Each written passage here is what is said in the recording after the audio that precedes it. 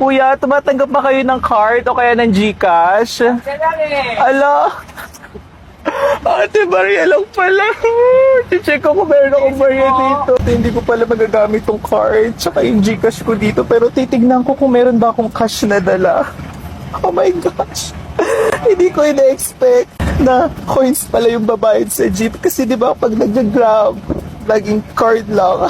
So ayan, meron ako ditong 20 pesos. So feeling ko okay naman na to. Kuya, magkano po pamasahe sa jeep? Easy. Kuya, magkano po? Ala, 13 pesos daw. So ito, 20 pesos. Mukhang okay naman na siya. Aray! Kuya, bayad po.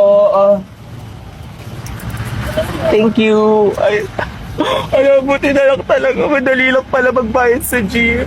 Sukli. Hala.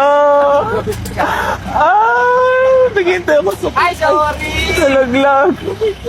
Thank you, kuya. Meron akong sukli 7 pesos.